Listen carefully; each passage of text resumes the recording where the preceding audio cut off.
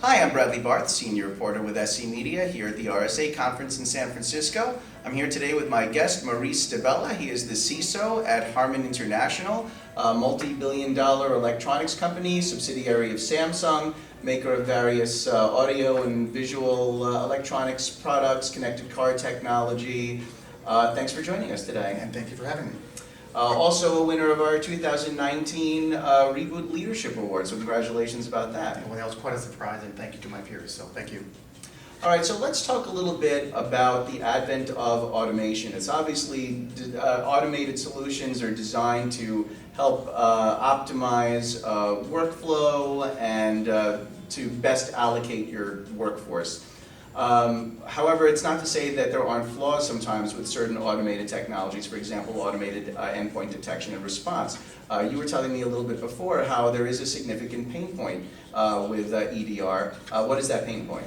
Yeah, there is, and we see a lot of AI and machine learning here at the conference this year. But the pain point for me is because of these tools, we're collecting an exponential amount of data, whereas in the past it was just strictly signature-based malware detection. But today we're collecting petabytes of data of anomalies, and we've got to determine, are those anomalies sanctioned or are they actually an unsanctioned malicious event? So, in other words, there might be cases where you're getting false alarms, false flags, something that appears to be an anomaly, at least according to the logic of the automated solution, but when looked at it by a security analyst, oh, that was a sanctioned event that should have been allowed to happen, basically, and in the end, it still ends up wasting time and resources. Right. Absolutely, and some would say that there are no false positives when we look at these anomalous tools. Every event is an anomaly, but again, it's spending the extra time to determine sanction versus not. So what I'm seeing the industry make a turn here is, what can they do using the same AI to provide me a way to analyze that data, do the investigation and the forensics much more quickly. And I think we're going to see that soon with tools like an AI cyber analyst that could supplement the folks on my team in terms of identifying and remediating and getting that dwell time down. Interesting. So, all right, now you have that, like an AI cyber analyst. Does that effectively, in the future at some point, displace the human security analyst? Do they still have a role, or are they reassigned something else? How does that work? Well, I hope we won't see an AI cyber CISO, because then I'll be out of a job.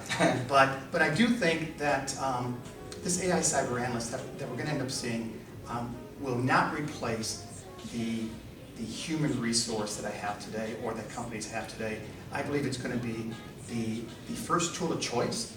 It's going to allow teams and cyber analysts today to identify and to complete their forensics much more quickly in minutes versus the hours of investigation that they pretty much put in today. All right, and one other unrelated question, but I think a very pertinent one for you and for Harman International, which is the concept of third-party vendor risk. Now, you know, an electronics company, lots of electronics components. I'm sure you are swimming in various third-party vendor partners. So third-party risk, being able to assess it, identify it, and manage it must be very important, I'm sure, from your perspective. Do you have any philosophies or thought on how best to handle that particular scenario? Yeah, well, in the past, we'd have to audit those third parties, right? You'd send an external auditor, run a risk assessment, and then identify, are they compliant to some type of regulatory requirement? But now there are tools within the industry today that will provide you what I'll call a security scorecard, a risk posture from the outside in, so that I'm not only able to look at my security score and my risk posture, very similar to if you had your own credit score and whether or not that was high or low risk, but these same risk scores can be used as I determine who am I going to do business with within the industry, who am I going to have a strategic relationship with, provide and store my data. Now I'm actually able to view what their security posture is to make a decision whether or not I'm going to want to do business with them.